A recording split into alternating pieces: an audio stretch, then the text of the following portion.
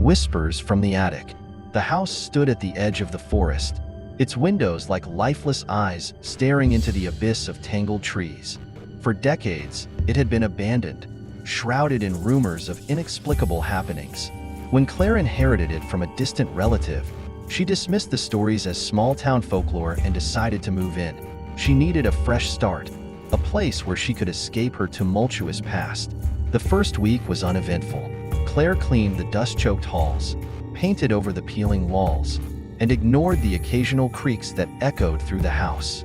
But as the nights grew longer, an unsettling pattern emerged. At precisely 2:33 a.m., faint whispers floated down from the attic, carrying a sinister cadence that made her blood run cold. At first, she convinced herself it was her imagination. "Old houses make noises," she muttered, clutching her cup of tea as she stared up at the ceiling. But when the whispers began to form distinct words, her denial crumbled. Claire. The voice was faint, barely more than a breath, but unmistakably her name. The attic door was at the end of the upstairs hallway, a warped wooden panel with a tarnished brass handle. By day, it seemed harmless, but at night, it loomed like a black hole in her peripheral vision. One evening, she decided to confront her fear. Armed with a flashlight and a kitchen knife, she ascended the narrow staircase.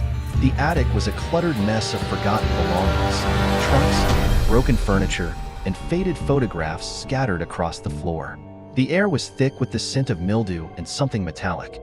As she swept the beam of her flashlight across the room, she froze.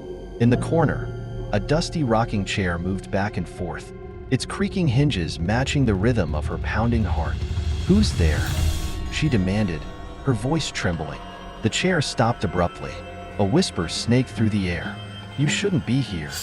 Claire stumbled backward, nearly tripping over an old suitcase. Her flashlight flickered, and for a moment, the attic was plunged into darkness. When the light returned, the chair was empty. Desperate for answers, Claire began sifting through the attic's contents. Among the debris, she found a leather-bound diary, its pages brittle and yellowed with age. The entries were written in a delicate, spidery hand. The diary belonged to Eleanor Greaves, a young woman who had lived in the house in the late 1800s. Eleanor wrote about her growing unease, claiming she heard whispers at night.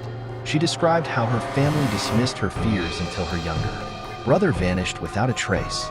The final entry was scrawled in frantic, almost illegible handwriting. "They come at night.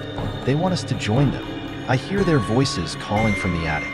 I mustn't listen, but it's so hard to resist." Claire slammed the diary shut, her hands shaking. That night, the whispers grew louder. They filled the house, echoing off the walls and seeping into her mind. The voices were no longer alone. They were accompanied by the faint sound of footsteps above her bedroom. Claire lay in bed, clutching the diary like a talisman. Suddenly, a deafening crash echoed from the attic, followed by a slow, deliberate dragging sound. Summoning all her courage, she grabbed her flashlight and stormed up the stairs. The attic was unnaturally cold, and the air felt heavy. The rocking chair was in the center of the room, facing her. Though she hadn't touched it since her last visit, a shadow moved in her periphery, but when she turned, there was nothing there. Then she saw it, a figure standing in the corner, its back to her. It was tall and gaunt, its limbs unnaturally long. The figure turned slowly, revealing hollow eyes and a grotesque grin that stretched far beyond human limits.